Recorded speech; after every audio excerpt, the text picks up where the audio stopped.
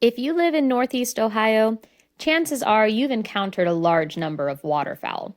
We see a large variety because we're close to numerous bodies of water, such as the Grand River and Lake Erie. Unfortunately, sometimes our encounters with waterfowl happen because the animal is in some sort of distress. However, oftentimes these birds don't actually need medical help. Sometimes they just need a helping hand to get back on their way, and that's something that the average citizen can provide, as long as you are prepared and informed on how to assess the situation, and if needed, safely assist the animal. The first thing you'll want to do is to assess the waterfowl from a distance. Look for signs of trauma or distress, or broken bones or visible blood. Some of the things that you'll want to look for during an assessment are blood, open wounds, foreign objects like fishing lines, string, or hooks caught around bird appendages or beaks. The animal looks disoriented or sleepy, or it's unable to fly or move away. Next, you'll want to safely and calmly try to approach the waterfowl. If it is healthy and able to, it should fly away.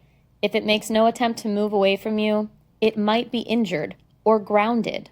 Being grounded just means that the waterfowl needs to get to water in order to move properly. Some waterfowl species, like loons, don't have legs that are designed to walk on land. So when they land somewhere dry, they can't take off again and need assistance getting to a large body of water. These birds are typically migratory and will often mistake wet areas of roads, parking lots, smooth rooftops, or even driveways as bodies of water. Once you have completed your visual assessment, you need to call a wildlife rehabber. They are the ones that will be able to give you the most accurate advice about how to proceed forward in helping that injured or grounded animal. If advised to by the rehabber, you can absolutely help a grounded bird, but you might need to gather a few things. First, you'll want to make sure you're protecting yourself by wearing things like gloves, goggles, or other protective eyewear. Nets, large towels, or sheets can be used to help to capture an animal. You'll also want to make sure that you have a container large enough for the animal to fit in once you have captured it. If possible, it's also very helpful to have another person assist you in corralling the bird. Waterfowl are often easier to capture in teams. Remember that some waterfowl have extremely long and sharp beaks. Make sure to cover or control their heads and protect your eyes and hands. Once you're sure that the animal needs help, you can approach the bird calmly and quietly and toss the sheet or the towel over its body, making sure to cover its head and eyes.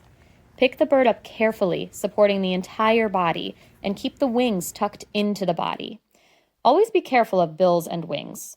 Large waterfowl can be very strong. Immediately transport it to a kennel or box and close the container. It is important that the animal gets assistance immediately. If it's injured or if it's grounded, either way, always follow the advice of the rehab specialist.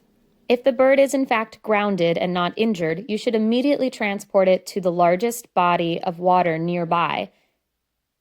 For some waterfowl species, such as loons, they might need a helping hand getting back into the water, but once there, they should be able to take off on their own. Let's take another look at a waterfowl capture with Sylvia, our resident wood duck, helping us out. Here we see an example of a duck standing normally, using its legs properly to distribute its own weight. If a duck were laying down like this or unable to move, or potentially had things like necks, legs, and wings extended, it might be in distress. Here we see an example of a waterfowl capture. You can see how the handler is careful to keep the wings pinned to the side of the body so that the animal cannot stress itself. If you cannot transport the bird immediately to either water or to a rehabber for help, make sure you keep the bird in a warm, dark, quiet place. Do not give it food. Feeding an animal an incorrect diet can result in injury or death. Do not handle it.